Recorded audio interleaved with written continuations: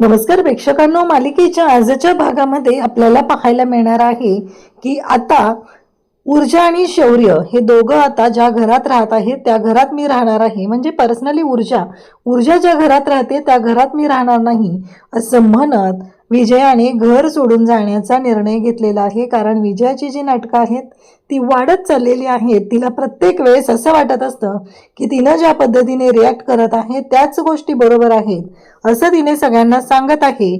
पण आजी तिला म्हणतात की मगाशी तुझी हर्षवर्धनने साथ दिली नाही म्हणून तुला एवढा राग आला. म्हणजे तुझा नवरा तुझ्याशी पाठीशी उभा राहत नाही तर तुला ते पटत नाहीये. मग आता ऊर्जाचा नवरा ऊर्जाच्या पाठीशी उभा राहतोय, तिची बाजू घेतोय, मग का तुला राग येतोय, मग का तुला त्रास होतोय असं जेव्हा आजी तिला विचारत असतात तेव्हा मात्र तिच्या तोंडावरती 12 वाजलेले आहेत. कारण काहीही झालं तरीही या सगळ्या गोष्टी ज्या पद्धतीने घडलेल्या आहेत त्यामुळे आता विजयाची वाट लागली. विजया म्हणते राहायचंय तर राहू दे तिला घरात, मीच हे घर सोडून जाणार आहे. आता विजयाला मात्र कोणीही अडवायला येत नाही. सगळेजण म्हणतात की ठीक आहे असं म्हणत सगळ्यांनी तिचा विषयच अगदी सोडून दिलेला असतो. तर इकडे आपल्याला पाहायला मिळतं ते म्हणजे आजींनी खूप छान पद्धतीने सगळी परिस्थिती हँडल केलेली असते. इकडे शौर्य मात्र खूपच डिस्टर्ब झालेला असतो. शौर्याचं असं म्हणणं असतं की काही झालं तरीही या घरात जर ऊर्जाला व्यवस्थित वागणूक मिळणार नसेल तर मी बाहेर पडणार आहे.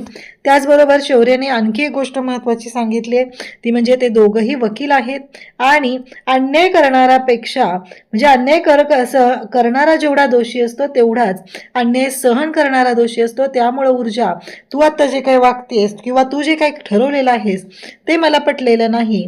त्यामुळं एक गोष्ट लक्षात ठेव, काहीही झालं तरीही तू ही गोष्ट सहन करायची नाही असं शौर्याने तिला ठणकावून सांगितलेलं आहे. तेव्हा मात्र ऊर्जा आता पाहतच राहते. पण शौर्याच्या या शब्दांनी ऊर्जाला मात्र बळ आलेलं आहे आणि ऊर्जा मात्र मनापासून या सगळ्या गोष्टी आता ती करू लागलेली आहे. तर इकडे आजच्या भागाच्या रिव्ह्यूला आपण सुरुवात करूया.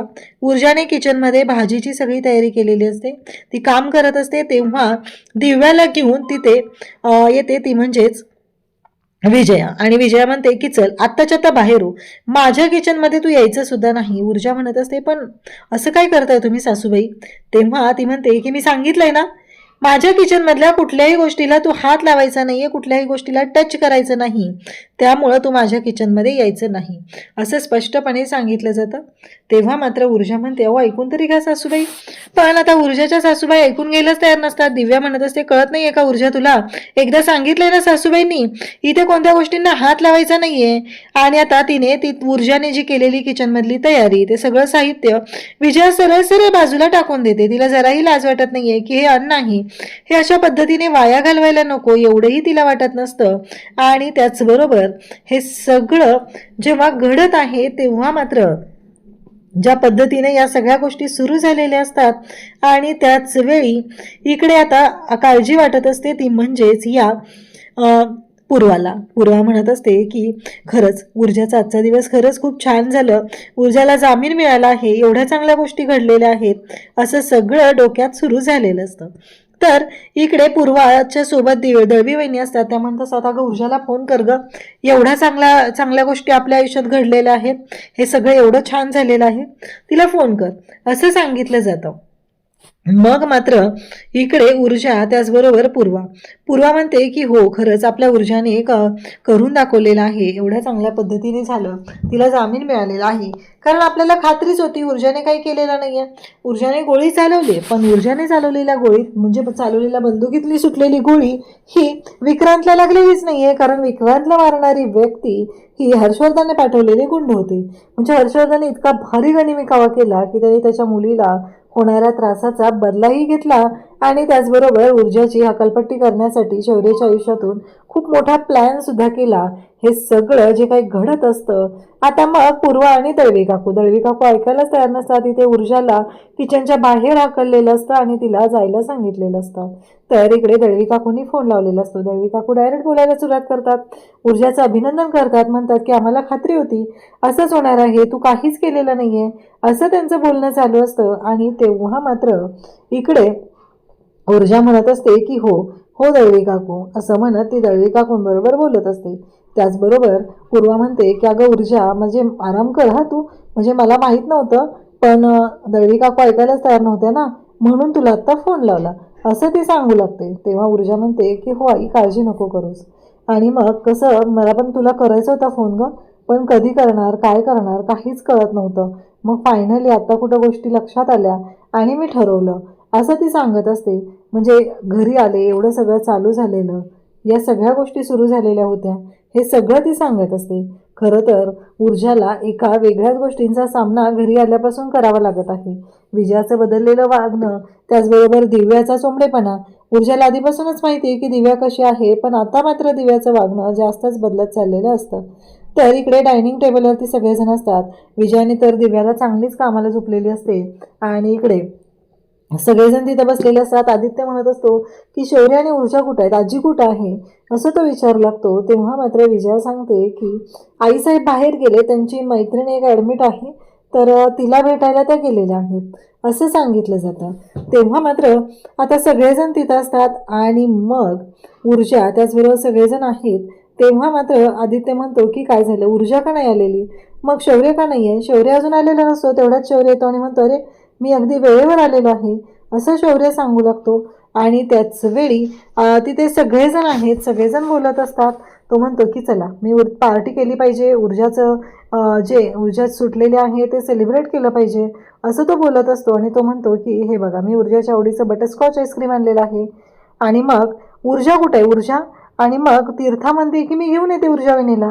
तेव्हा विजया म्हणते की नाही, कुणी कुठेही जायचं नाही. तेव्हा शौर्य म्हणतो तीर्था तू थांब, मी बोलवतो ऊर्जाला, असं म्हणत शौर्य ऊर्जाला बोलवायला जातो. विजयाच्या मात्र चांगल्याच मिरच्या विजयाला झोंबलेल्या असतात. विजया म्हणत असते की नाही, कुणी कुठेही जायचं नाही, मी सांगितलंय ना. तेव्हा सगळेजण तिथं असतात. तेव्हा शौर्य म्हणतो की काय झालं. मग मात्र शौर्यला सगळेजण बोलत असतात. तर शौर्य म्हणतो की काय झालं आई, काय प्रॉब्लेम आहे. तेव्हा ती म्हणते की नाही. मग दिव्या सांगायला सुरुवात करते की सासूबाईंनी ऊर्जाला सांगितलंय, ऊर्जाने किचनमध्ये किंवा इथे कुठेही यायचं नाही, सासूबाईंच्या आजूबाजूला सुद्धा फिरकायचं नाही, कुठल्याही गोष्टीला ऊर्जाने टच करायचं नाही. आता हे ऐकल्यानंतर हर्षवर्धन तिथंच असतो. हर्षवर्धनला राग आलेला असतो, पण त्याला एका अर्थाने बरं वाटत असतं. ऊर्जाला टॉर्चर केलं तर ऊर्जा लवकर या घरातून बाहेर पडेल, असं त्याला वाटत असतं. आणि इकडे विजया मात्र सगळ्यांना सांगत असते की नाही, काही झालं तरी ती माझ्या घरात येणार नाही, हे पक्का आहे. जेव्हा या सगळ्या गोष्टी आता घडत असतात, नेमकं त्याच वेळेस हर्षवर्धन म्हणत असतो की काय चाललंय विजया, हे थांबव. विजया म्हणते नाही, तुम्ही तर बोलायचंच नाही आहे मला, मला कळलं हे सगळं तुमच्याच बाजूने चाललेलं असतं, तुम्हीच या सगळ्याला कुठेतरी जबाबदार आहात, असं ती बोलत असते. ऊर्जा मात्र म्हणत असते की नाही, काहीही झालं तरीही मला ही गोष्ट पटत नाही आहे, माझ्यामुळे हे घर तुटतंय, ही गोष्ट पटत नाही आहे. तेव्हा शौर्य म्हणतो की आई बाद झालं, आता काल मगाशी मला वाटलेलं की तू सगळं सोडून दिलंय, पण तू तर सोडून दिलेलंच नाही आहे. तुला कोणतीच गोष्ट सोडून द्यायची नाही आहे, तुला सगळ्या गोष्टी तुझ्या म्हणण्याप्रमाणे करायच्या आहेत ना. ठीक आहे, मग कर तू तुझ्या म्हणण्याप्रमाणे, असं शौर्य तिला सांगत असतो. तेव्हा मात्र विजया म्हणते की काय चाललंय तुझं हे सगळं. शौर्य म्हणतो की हे बघ, ऊर्जा जर इथे येणार नसेल तर मीही इथे येणार नाही आणि मीही तुमच्याबरोबर बसणार नाही, असं सांगितलं जात असतं. आणि तेव्हा मात्र शौर्यला विजया म्हणते की तू कुठेही जायचं नाही. तेव्हा हर्षवर्धन सुद्धा म्हणतो की हे बघ शौर्य, तू कुठेही जायचं नाही आणि काही झालं तरीही या सगळ्या गोष्टी अजिबात पटलेल्या नाहीत, असं सांगितलं जात असतं. तेव्हा मात्र आता सगळेजण तिथं असतात. शौर्य भयानक चिडलेला असतो. शौर्य म्हणतो की मॉम, मला हे तुझं पटलेलं नाही. आदित्य सुद्धा तेच सांगत असतो. सगळेजण बोलत असतात, पण विजया तेवढीच हट्टाला पेटलेली असते. काहीही झालं तरीही मी इथं तिला येऊ देणार नाही, हे माझं घर आहे आणि या घरात तर मी तिला ठेवून घेतले ते फक्त आणि फक्त तुझ्यासाठी. शौर्य, एवढं लक्षात ठेव, या घरामध्ये मी तिला ठेवून घेतलं, याचा अर्थ असा नाही की तुमची सगळ्यांची मनमानी ऐकली जाईल. तिथे ऊर्जा येणार नाही. तेव्हा शौर्य म्हणतो ठीक आहे, मीही जेवायला बसणार नाही आहे, असं शौर्य स्वतः सांगतो. आता सगळेजण तिथं असतात. तेवढ्यात ऊर्जा तिथे येते आणि म्हणते शौर्य, असं नको करूस, तू तिथेच थांब जेवायला सगळ्यांसोबत, काही गरज नाही, आपलं घर मला तुटू द्यायचं नाही आहे, असं ऊर्जा सांगत असते. तेव्हा मात्र शौर्य म्हणतो बघितलंस का, म्हणजे तू आई काय वागते ना, तुला स्वतःलाच कळत नाही आहे की तुझं काय चुकतंय आणि तू काय वागतेस ते. कारण तू जरा एकदा विचार कर, तुला जर वाटत असेल ना तुझं काही चुकत असेल तर लक्षात घे, असं शौर्य तिला सांगत असतो. तेव्हा मात्र इकडे विजया म्हणत असते की काय आहे हे. इकडे विजया ऐकायलाच तयार नाहीये, ती हट्टाला पेटलेली आहे. ती प्रत्येक वेळेस शौर्याला सुद्धा वाटेल तसं बोलत आहे.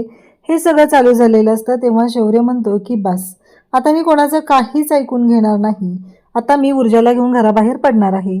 आदित्य म्हणत असतो, शौर्य असं नको करू, एवढा घाईत निर्णय नको घेऊ, तीर्थासुर त्याला थांबवत आहे.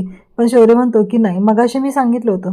इथे ऊर्जा येते आणि ऊर्जा म्हणते की शौर्य मला हे नकोय, तुझ्यात आणि आईच्या सासूबाईंमध्ये फूट पडायला नकोय, तू ऐक माझं, असं ऊर्जा सांगत असते.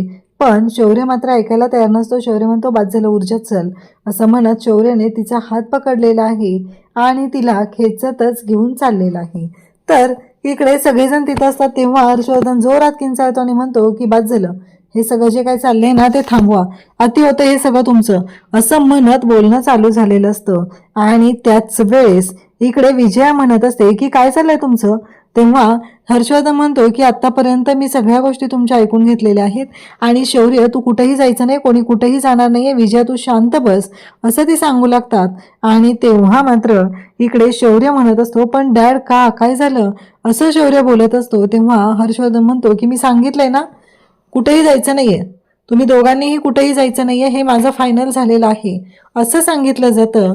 आणि तेव्हा मात्र आता शौर्य तिथं निघालेला असतो आणि त्याच वेळेस विजया तिथं असते. विजया म्हणते की तू कुठेही जायची गरज नाहीये, तू का चाललेला आहे, तुझा काय संबंध आहे, असं विजया बोलते. आणि तेव्हा लगेचच शौर्य म्हणतो की नाही, मी कोणाचं काहीच ऐकणार नाहीये, असं शौर्य सांगतो. आणि मग मात्र विजया म्हणते की मी तिला जायला सांगितलंय.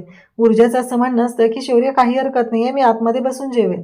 तेव्हा हर्षवर्धन असं सांगतो की तिला जीव दे, मी तुला एकच सांगतोय, तुझं लग्न आत्ता झालंय म्हणून तुझ्या लक्षात येत नाही गोष्टी, मी तुला जे सांगतोय ते ऐकून घ्या आधी. काही झालं तरीही या सासूसुनांच्या भांडणामध्ये, त्यांच्या वादामध्ये तू पडू नको, मीही इतक्या वर्ष कधी त्यांच्या वादामध्ये पडलेलो नाहीये, तूही पडायचं नाहीये, असं म्हणत हर्षवर्धन त्याला बोलत असतो. पण शौर्य म्हणत असतो, पण का डॅड, ऊर्जावर झालेला अन्याय मी सहन करणार नाही. ऊर्जाची काय चूक आहे, कारण तिने खून केलेलाच नाहीये, तिची काहीच चूक नाहीये, पण तिला दोष का लावला जातोय, असं सगळेजण तिथं बोलत असतात. तेव्हा मात्र या सगळ्या गोष्टी आता सुरू झालेल्या असतात. आणि मग या सगळ्या गोष्टींमध्ये कशा पद्धतीने या सगळ्या गोष्टी आता सॉल्व्ह करायचा, हा मोठा प्रश्न शौर्याच्या समोर असतो.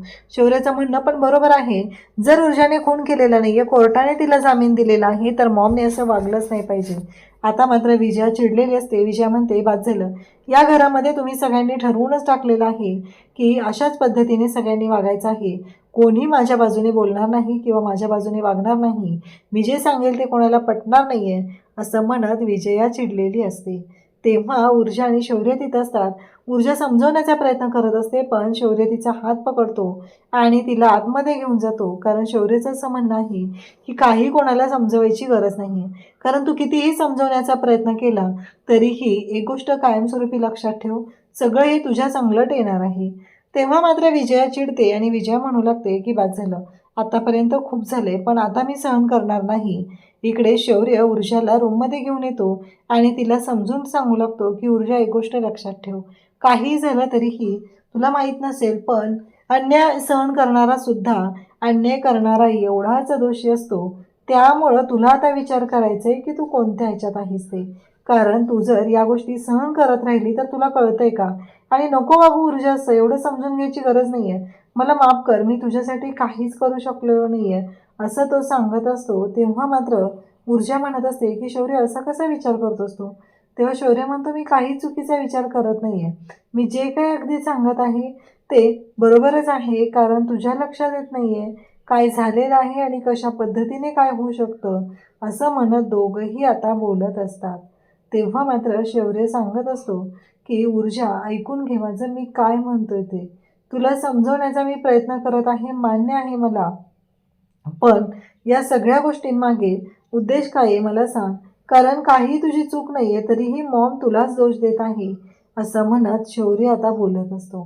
तेव्हा मात्र इकडे ऊर्जा म्हणत असते, पण शौर्य, मी हे घर जोडायला आली, या घरामध्ये मी घर तोडायला आलेली नाही, आणि त्यामुळं तू अशा पद्धतीने बोलू नकोस, कारण मलाच हे स्वतःला पटत नाही आहे, असं बोललं जातं. उद्याच्या भागात आपल्याला पाहायला मिळतं ते म्हणजे की विजयाला आता आजीसाहेब म्हणतात की काय झालं विजया, मगाशी तुझ्या नवऱ्याने तुझी बाजू घेतली नाही तर तुला राग आला, तुला वाईट वाटलं, मग आत्ता मला सांग, तुझा मुलगा त्याच्या बायकोची बाजू घेतोय तर मग तुला का राग येतोय, तुला काय वाईट वाटतंय, कारण तुला असं वाटतंय की तुझ्याबद्दल जे झालंय तेच तिच्याबद्दलही झालं पाहिजे. पण एक गोष्ट लक्षात घे, काहीही झालं तरीही आत्तापर्यंत तुला मी सहन केलेलं आहे. आणि मग आजीसाहेब म्हणत असतात की हे बघ विजया, मला काही पटत नाही तुझं हे वागणं, तू जरा विचार कर, असं त्या सांगत आहेत. तेव्हा मात्र विजया म्हणते की ठीक आहे, तिला या घरात राहायचं आहे ना, राहू द्या, तिला जे काही करायचं आहे ते करू द्या, पण मी माझ्या मनाप्रमाणे वागणार होते, ते जर कोणाला पटत नसेल तर मी या घरातून निघून जाणार आहे. असं हे सगळं चाललेलं असतं. तर इकडे शौर्य हा ऊर्जाच्या पाठीशी खंबीरपणे उभा आहे. ऊर्जाला तो सांगतोय की काळजी करू नकोस, आणि ऊर्जाला तो आधारसुद्धा देत आहे. अशाच अपडेटसाठी चॅनलशी कनेक्ट राहा. थँक्यू.